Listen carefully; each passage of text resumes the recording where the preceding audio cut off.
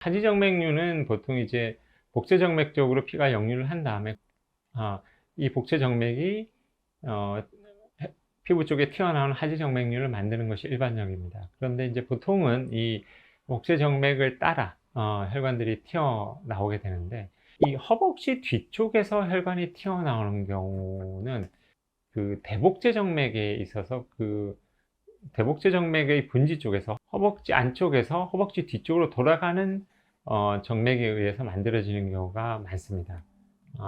그 외에도 이렇게 허벅지 뒤쪽에서 정맥류가 만들어지면 허벅지 뒤쪽에 있는 관통정맥이나 예전에 한번 말씀드린 지아코미니 정맥, 이런 것들이 복합적으로 같이 이 허벅지 뒤쪽에서 정맥류를 만들 수가 있기 때문에 치료를 할 때 좀 세심하게 치료를 해야 되는 부분이 있습니다. 그래서 이렇게 설명드리면 좀 어려우니까 그림을 보면서 좀 설명을 드리도록 하겠습니다. 원래 이제 하지정맥류는 신부정맥 쪽에서 문제가 생긴 대복제 정맥 쪽으로 피가 역류를 하고 거기에 연결되어 있는 혈관들이 이렇게 튀어나오게 됩니다. 튀어나오게 되는데, 신부정맥 쪽에서 복제정맥 쪽으로 역류를 할 때 그 역류하는 방향이 종아리까지 내려와서 혈관들을 튀어나오게 되면 대부분 종아리 내측으로 혈관들이 튀어나오게 됩니다. 그런데 이 복제정맥의 허벅지 위나 중간 정도에서 허벅지 뒤로 돌아가는 가지가 있습니다.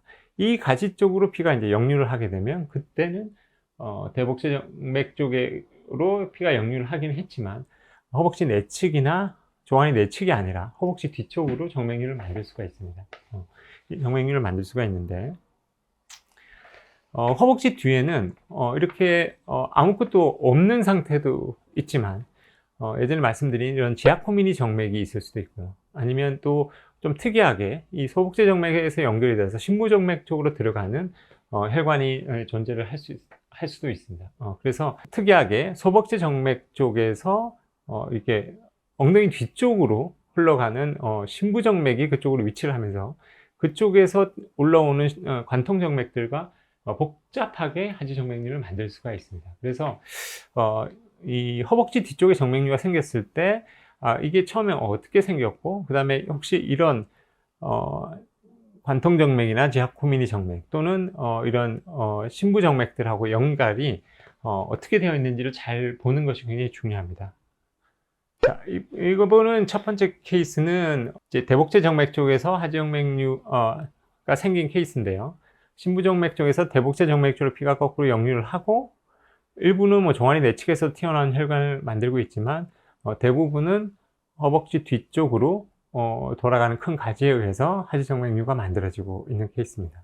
이분 같은 경우는 크게 이 허벅지 뒤쪽에 큰 다른 주요 정맥은 없는 상태였습니다. 그래서 혈관들이 허벅지 뒤쪽으로 일부 만들어지고 그것들만 다 처리를 해주게 되면 깨끗하게 수술이 끝나는 케이스였습니다.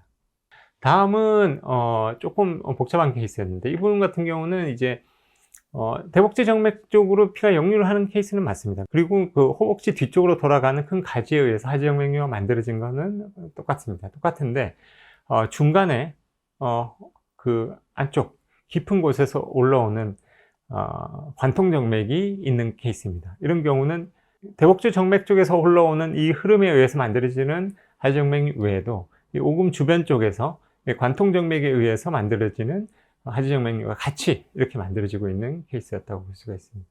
네. 그 다음에